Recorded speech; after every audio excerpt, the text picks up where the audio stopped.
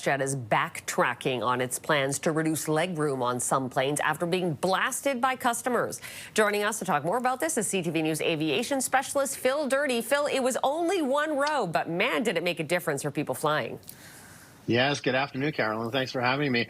Yeah, the WestJet decided to reconfigure their aircraft in an economy having three different pitch dimensions, right? A 30-inch pitch, a 29 and a 28-inch with non-reclining seats. And the 28-inch pitch is really, really tight.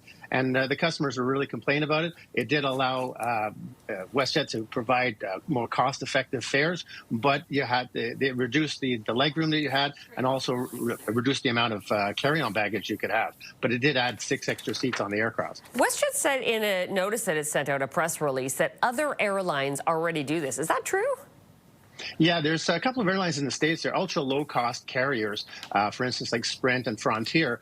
Their standard pitch is 28 inches.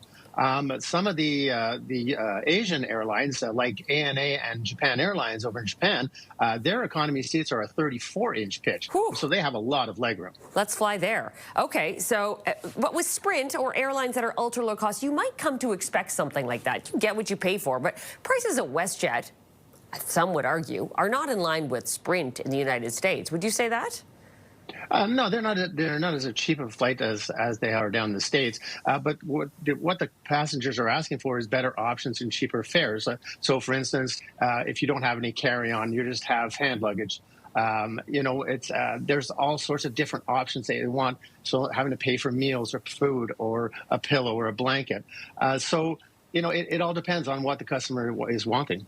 Do you expect to see other airlines in Canada try to do a similar thing by reducing legroom? Or is this a strong signal? I don't think so. Yeah, pretty strong signal. The standard pitch is anywhere from 30 to 31 inches, right? And that's comfortable. But going to a 28-inch pitch is really, really tight. And it does also raise some safety concerns because for the aircraft has to be evacuated within 90 seconds. And so if you have a standard person in that smaller seat, that's not bad, like an average-sized person. But if you have someone of a little bit bigger stature, like 6'3", 6'2", it's going to be really hard for them to get in and out of that seat. So it could hurt the 90-second time frame. And what about the safety notion that when you have to brace for impact, you've got to be able to lean forward? If there's not room to do all that, could that present a challenge there also?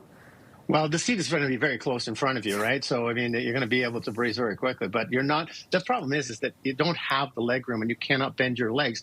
And if you're on an aircraft for 4 or 5 hours and very cramped conditions, it does become uncomfortable. Yeah, no kidding. Okay, thanks, Phil. Phil Durdey, CTV News aviation specialist. Appreciate this.